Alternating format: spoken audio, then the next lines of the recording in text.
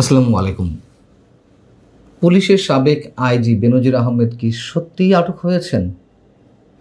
দুপুরের পর থেকে দেশের মধ্য থেকে এবং দেশের বাইরে থেকে বেশ কয়েকটি ফোন রিসিভ করতে হয়েছে এবং তাদের প্রত্যেকেরই একই প্রশ্ন, সত্যিই কি বেনজির আহমেদ আটক হয়েছেন? এমনকি সোশ্যাল মিডিয়াতে যখন এই খবরটি ছড়িয়ে পড়ল, অনেককেই এই প্রশ্ন তুলতে দেখলাম যে নিউজটি আসলেই ফেক কিনা, এটি কোনো ভুয়া নিউজ কিনা। অর্থাৎ বেনজির আহমেদ যে আটক হতে পারেন এটি অনেকেরই ধারণার বাইরে। কিন্তু কারণ কি? এবং সরকারের পক্ষ থেকে কি দাবি করা হচ্ছে সেটিও বা কতখানি বাস্তবসম্মত? বেনজির আহমেদের আন্তর্জাতিক কানেকশন রয়েছে বেশ শক্ত, সব সেক্টরেই তার একটা ভালো যোগাযোগ রয়েছে। তিনি 5 কোটি টাকা দিয়ে তুরস্কের নাগরিকত্ব নিয়েছেন। স্পেনে তার স্ত্রী জিসান মির্জার নামে সেকেন্ড হোম রয়েছে। অর্থাৎ সব কিছু মিলিয়ে মানুষের ধারণা তিনি ধরাছোঁয়ার বাইরেই থাকবেন। এবং দুবাইতে তিনি আটক হতে পারেন এটিও মানুষ বিশ্বাস করছিল না। কেউ বলছে না তিনি তুরস্কে আছেন, কেউ বলছিলেন না তিনি তো সিঙ্গাপুরে আছেন, ইত্যাদি ইত্যাদি। যাই হোক, বেনজির আহমেদ আটকের খবরের পর যেটি সত্যি কথা, আমি নিজেও ভাবছিলাম যে তিনি যদি আটক হয়েই থাকেন নিশ্চয়ই আজ আটক হননি, আরও আগেই আটক হয়েছেন। তার কারণ বেনজির আহমেদ যেই সে ব্যক্তি নন। এবং এটিও সত্য কথা যে তিনি আটক হয়েছেন আরও 2 দিন আগে, এটি সরকারেরই ভাষ্য। 12 জুন শুক্রবার তিনি আটক হয়েছেন, যেটি সরকারের পক্ষ থেকে জানানো হয়েছে যে 12 জুন শুক্রবার সংযুক্ত আরব আমিরাতের স্বরাষ্ট্র মন্ত্রণালয়ের directorate general of federal criminal police ও ন্যাশনাল সেন্ট্রাল ব্যুরো ইমেইলের মাধ্যমে বাংলাদেশ সরকারকে এই গ্রেফতারের বিষয়টি আনুষ্ঠানিকভাবে জানানো হয়। এবং আমার ধারণা 12 জুন না, তারও আগে আটক হয়েছেন এবং এর মধ্য দিয়ে হয়তো তাকে ইন্টারোগেশনেও নেওয়া হয়েছে, অনেক কিছু জানা শোনা বোঝার চেষ্টা করা হয়েছে এবং অন্তরালে আরও কিছু ঘটতে পারে। নিশ্চয় সেগুলো এখানে বলতে চাই না কনফার্ম না হয়ে।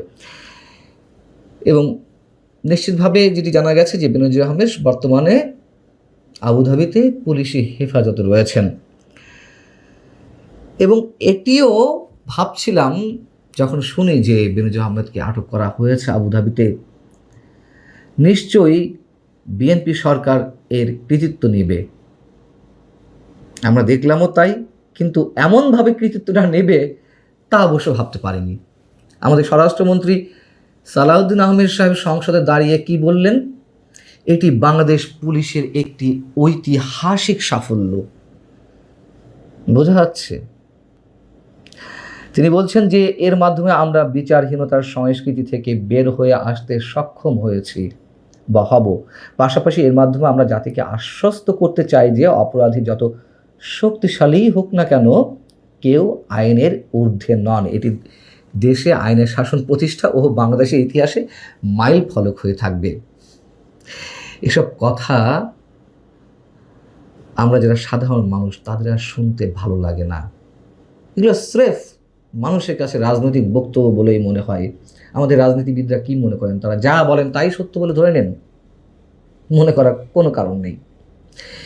আইনের শাসন যদি প্রতিষ্ঠিত হয়ে থাকে, এটি যদি একটি ঐতিহাসিক মাইল ফলক হয়ে থাকে পুলিশের জন্য বা সরকারের জন্য, তাহলে প্রশ্ন হচ্ছে ডক্টর ইউনূস সহ তার উপদেষ্টাদের বিরুদ্ধে এত এত যে দুর্নীতি সহ অসংখ্য অভিযোগ রয়েছে, তার বিরুদ্ধে সরকার কোনো ব্যবস্থা নিয়েছে?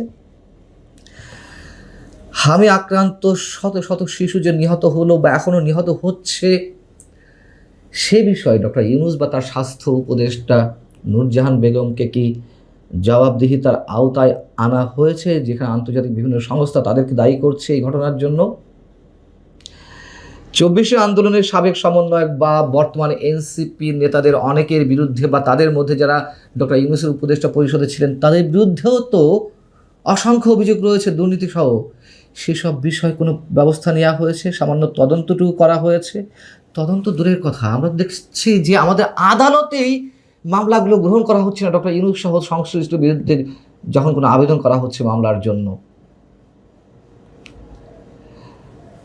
এবং আমরা তো এও জানি দুর্নীতি মামলাগুলোর অন্যতম আসামি এস আলম গ্রুপের কর্ণধার সাইফুল আলম সহ সংশ্লিষ্ট 3 জনের বিরুদ্ধে ইন্টারপোলের মাধ্যমে রেড নোটিশ জারি করার নির্দেশ দিয়েছে আদালত সেই 2025 সেপ্টেম্বরে। তাদেরকে কি আটক করা সম্ভব বা আটক করা হবে? শুনুন, বাস্তবতা হচ্ছে এটি যে যখন যে দল ক্ষমতায় থাকে তারা আসলে তাদের মতো করে আইনের প্রয়োগ ঘটায় এবং এক একটা আইনের প্রয়োগ ঘটিয়ে তারা এই ধরনের দাবি করে যে এটি ইতিহাসের মাইল ফলক। ডক্টর ইউনূসের উপদেষ্টাদের যাদের বিরুদ্ধে অসংখ্য দুর্নীতির অভিযোগ রয়েছে, শত শত কোটি টাকা আত্মসাতের অভিযোগ রয়েছে, তারাই এখন গলা ফাটিয়ে বড় বড় কথা বলার চেষ্টা করছেন, ফেসবুকে বড় বড় পোস্ট দিচ্ছেন যে এখন তারা বেনজিরের বিচার দেখতে চান, বাংলাদেশে আইনের শাসন প্রতিষ্ঠার বিষয়টি তারা ভালো করে অবলোকন করতে চান।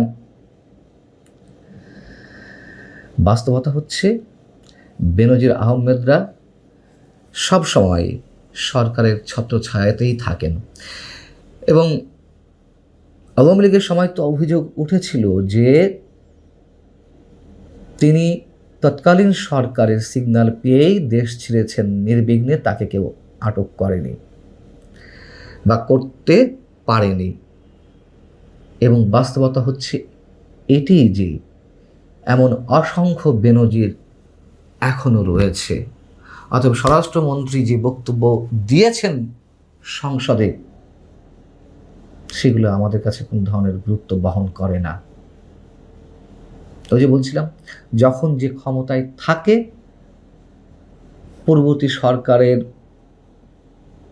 যারা নানান অভিযোগে অভিযুক্ত তাদের মাঝে মধ্যে 2-1জনকে আইনের আওতায় এনে এ ধরনের বড় গলা পড়েন তারা। ডক্টর ইউনূস যে দেশ বিক্রি করে গেলেন, আমাদের স্বাধীনতা সার্বভৌমত্ব বিকিয়ে দিলেন, তার কি হবে? তার কোনো জবাব আছে বর্তমান সরকারের কাছে? বরং বর্তমান সরকার ডক্টর ইউনূসের অসম্পূর্ণ কাজই সম্ভবত এগিয়ে নিয়ে যাচ্ছে।